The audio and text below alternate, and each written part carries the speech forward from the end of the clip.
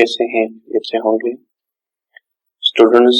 आज मैं आपको बायोलॉजी का राइबोसोम का टॉपिक समझाऊंगा। राइबोसोम क्या चीज है और राइबोसोम के फंक्शन क्या है, उनका स्ट्रक्चर एक्सप्लेन करेंगे और कहाँ पे पाया जाता है। ये सारी चीजें आज के लेक्चर में हम डिस्कस करेंगे, तो वीडियो पूरी देखनी है एंड तक, ताकि आपको समझ में आ जाए कि राइबोसोम कहाँ पे एग्जिस्ट करता है और इसके क्या क्या फंक्शन है और स्ट्रक्चर क्या है। तो आइए शुरू करते हैं। राइबोसोम जो है ये हमारे पास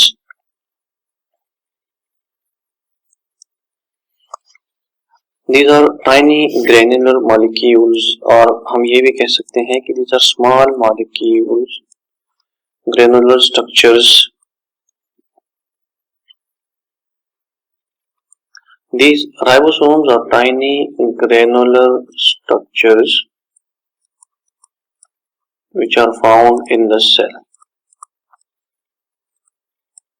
ठीक है, अब ये सेल के अंदर किस तरह से मौजूद है?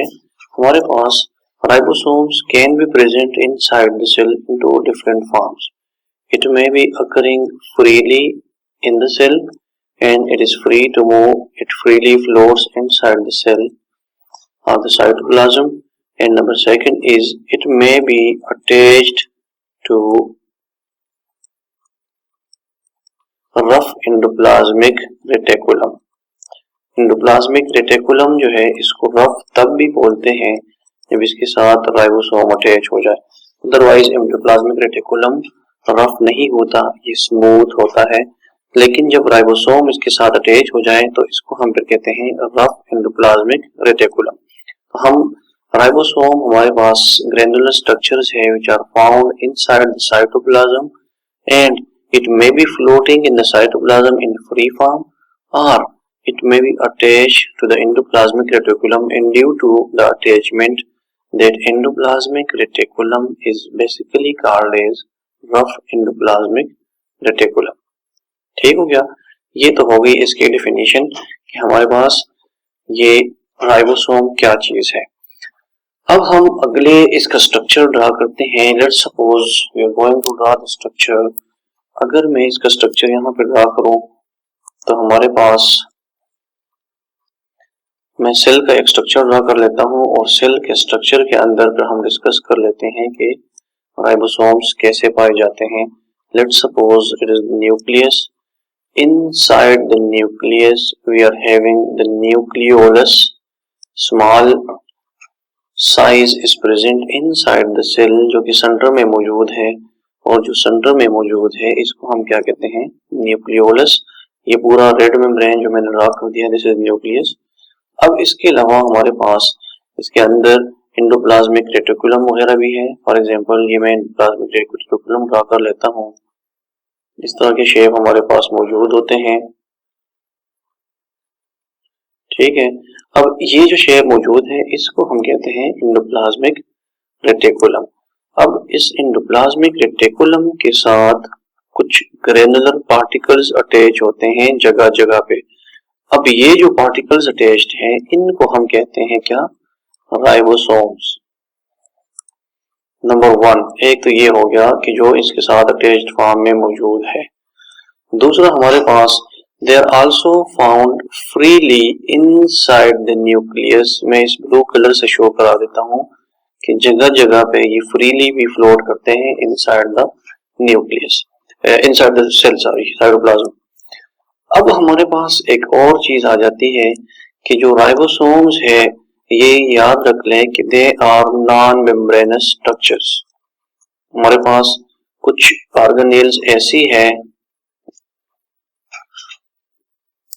कुछ ऑर्गेनेल्स हमारे पास ऐसे हैं जो कि क्या है, जिसमें हमारे पास मेम्ब्रेन मौजूद होता है, एक प्रॉपर बाउंडेड होता है, उसकी बॉडी, उसका स्ट्रक्चर मेम्ब्रेनस बाउंडेड होता है।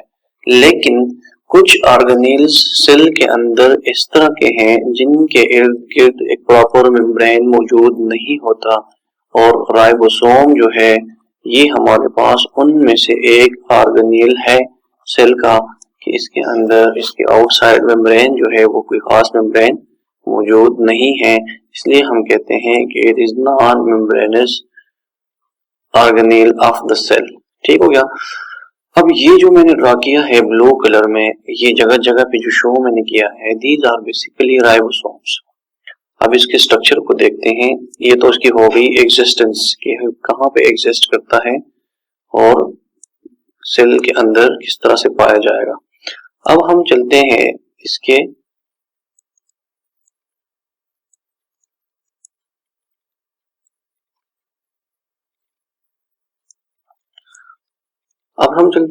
स्ट्रक्चर पे।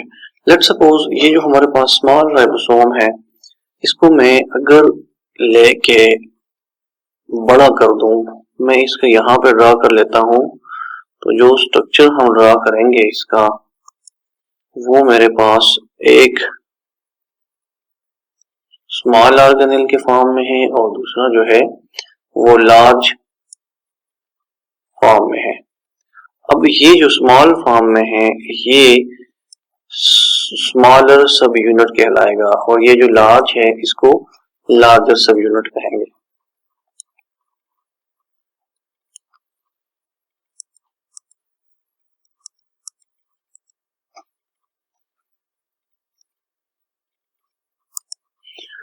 अच्छा, अगर मैं इस एक राइबोसोम को मैग्नीफाई कर दूं, आफ्टर मैग्निफिकेशन, और इसको माइक्रोस्कोप के थ्रू मैग्नीफाई करके देख लूं, तो ये जो राइबोसोम है इसमें हमारे पास टू पोर्शंस है।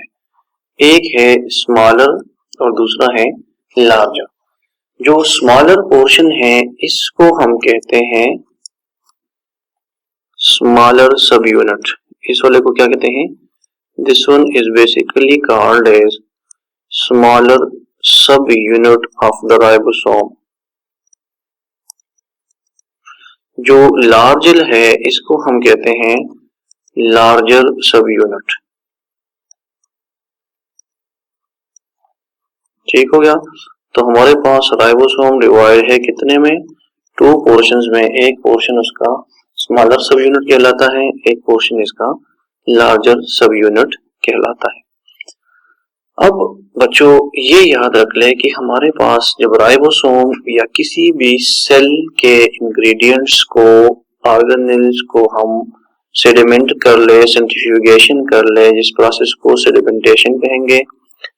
जब हम एक टेस्ट ट्यूब में सेल के जो साइटोप्लाज्म के ऑर्गेनेल है, कंप्लीट सेल का हम सॉल्यूशन बना के इसमें डाल दें, अब ये इसके अंदर सेंट्रीफ्यूज मशीन के अंदर जब रखेंगे, ये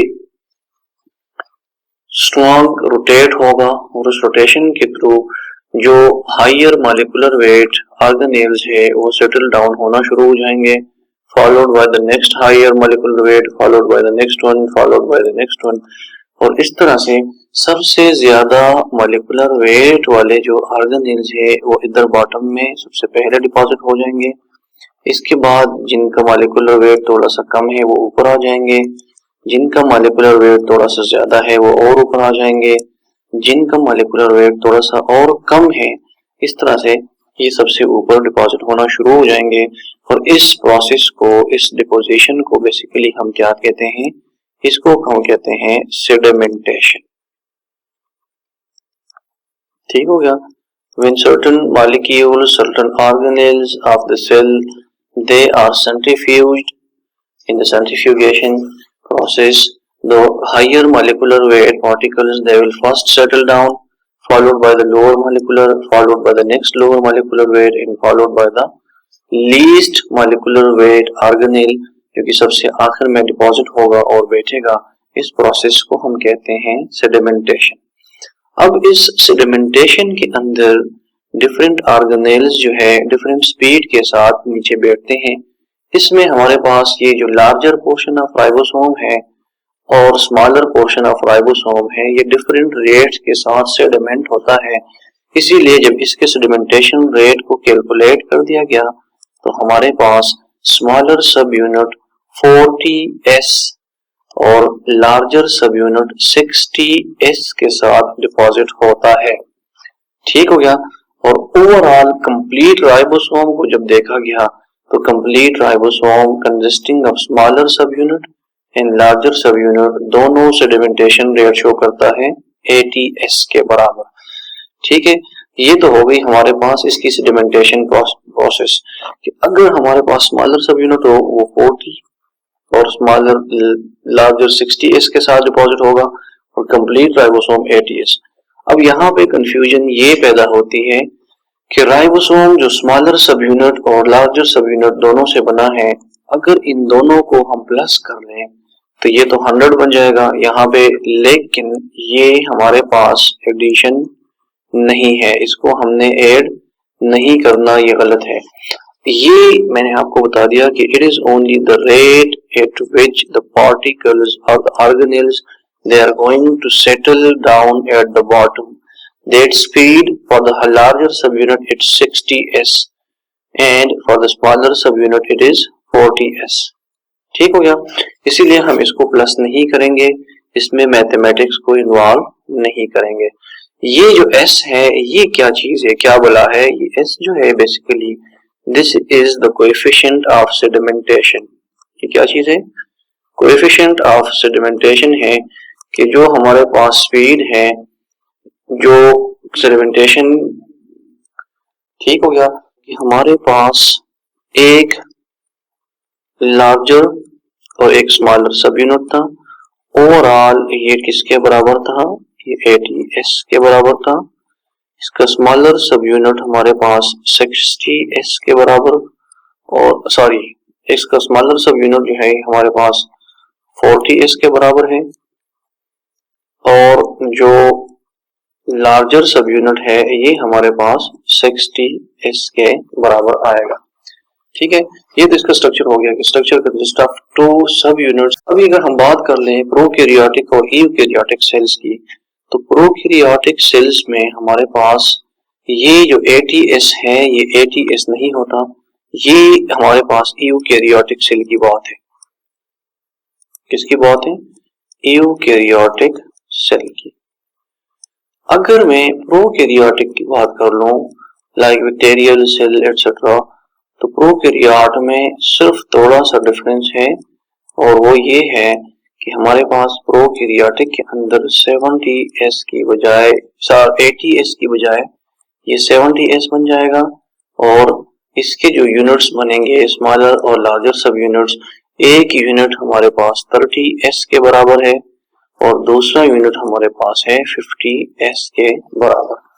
लेकिन हमने इस चीज को डिस्कस नहीं करना क्योंकि हम एक्सप्लेन कर रहे हैं किसको, यूकैरियोटिक सेल को। ये जस्ट आपके नॉलेज के लिए ठीक है, आपके MCQs में पूछा जा सकता है, आपके एंट्री टेस्ट में पूछा जा सकता है, लेकिन जो हम अभी अंडर डिस्कशन चल रहा है काम, ये किस चीज का है, वो यूकैरियोटिक सेल का है।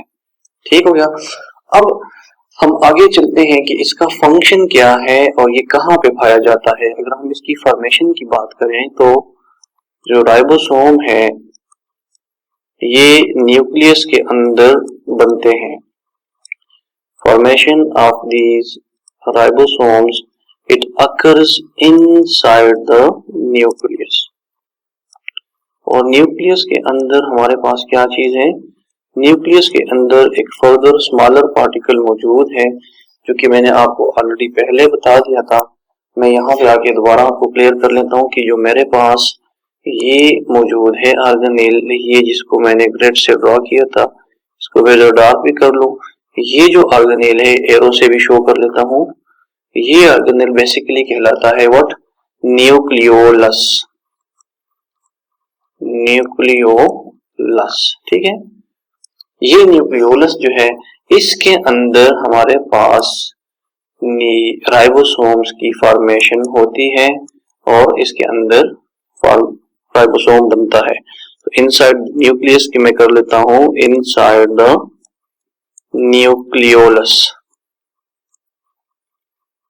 न्यूक्लियोलस, ठीक हो गया, न्यूक्लियोलस के अंदर इसकी फॉर्मेशन होती है। बेसिकली अगर हम इसके स्ट्रक्चर को देख लें तो राइबोसोम के स्ट्रक्चर के अंदर क्या क्या चीजें मौजूद है, एक स्मॉलर सब यूनिट और लार्जर सब यूनिट की तो मैंने बात कर ली, लेकिन इसके अंदर प्रोटीन्स मौजूद होते हैं, और प्रोटीन्स के अलावा हमारे पास इसके अंदर क्या मौजूद होते हैं, RNA। अगर मैं इसका स्ट्रक्चर इस तरह से ड्रा कर लूं तो this is the strand of RNA, जो हमें शो करता है कि RNA is present inside the ribosome and ribosome के अंदर। और दूसरा हमारे पास ये जो चेन मैंने शो किया है, this chain is basically what, this chain is basically protein.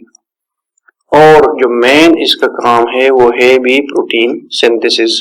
This helps in protein synthesis. जो आपने राइबोसोमल आरएनए का नाम सुना होगा, that is basically involved in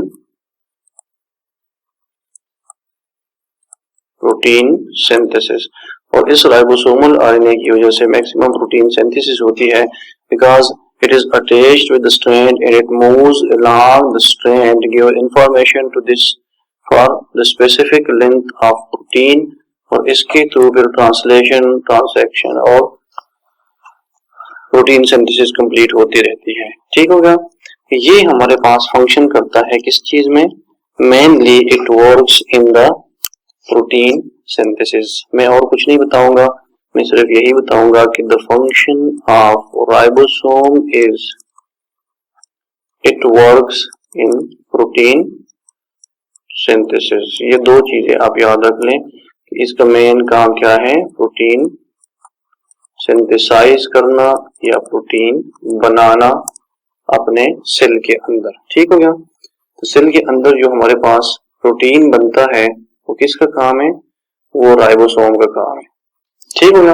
I think ये आपको अभी तक ये चीज आपको क्लियर हो चुकी होगी। अगर आपको टॉपिक समझ आ गया है तो ठीक है, इसको लाइक करें चैनल को और इस वीडियो को सब्सक्राइब कर ले और आगे शेयर भी कर ले। और अगर आपको कोई मसला है तो आप कमेंट सेक्शन में पूछ ले, मैं आपको मसले क्लियर कर दूंगा। Thank you so much. अपना बहुत बहुत ख्याल रखिएगा। अल्लाह हाफिज।